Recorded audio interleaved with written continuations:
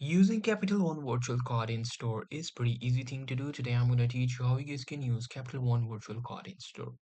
The process is pretty simple. For that, as you guys can see, this is how the Capital One virtual cards looks like. So in the most cases or in the updated method, you might be able to use directly from the app the contactless payments. You just have to open up your Capital One app, just be at this page, and as you can see, default for contactless, just turn this on. Now, whenever you will be at this page, you just have to hold your phone near to any of the contactless scanner, and it will make payments. However, if this is not the case for you and you can't make payments from the virtual card like that in store, you have to add this card to Apple Wallet.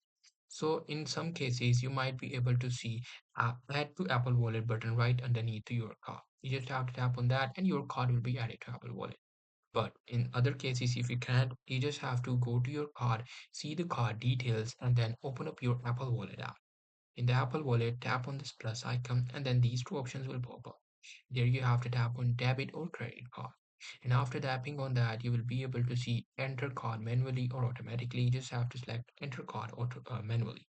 Now, manually means enter the details of the card, which should be your card number, name, expiry, and CVV, which you will be able to find from the virtual app. So you just have to put this. Once your card is added to your Apple Wallet, you can make contactless payments anywhere, almost everywhere. So that's pretty much it. That's how you guys can do it. Hope you guys find this video helpful.